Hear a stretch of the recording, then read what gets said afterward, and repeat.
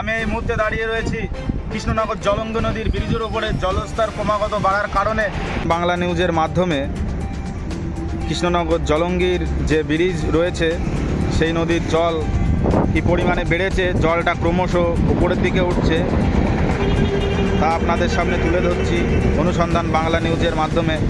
আপনারা এখানে দেখতে পাচ্ছেন, এখানে রাস্তার কোনো কন্ট্রাক্টরের কাজ হচ্ছিল, সেখানে কেমন জল উঠে গেছে সেই ভিডিও আপনাদের সামনে তুলে ধরছি।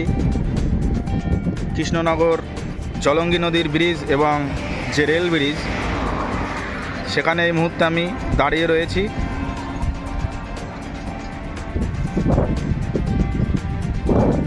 নবদ্বীপ গঙ্গা নদীর জল বাড়ার কারণে কৃষ্ণনগর জলঙ্গিতে জল ঢুকছে এবং জলস্তর অনেকটাই বেড়ে গেছে, তা আপনারা দেখে হয়তো বুঝতে পারছেন।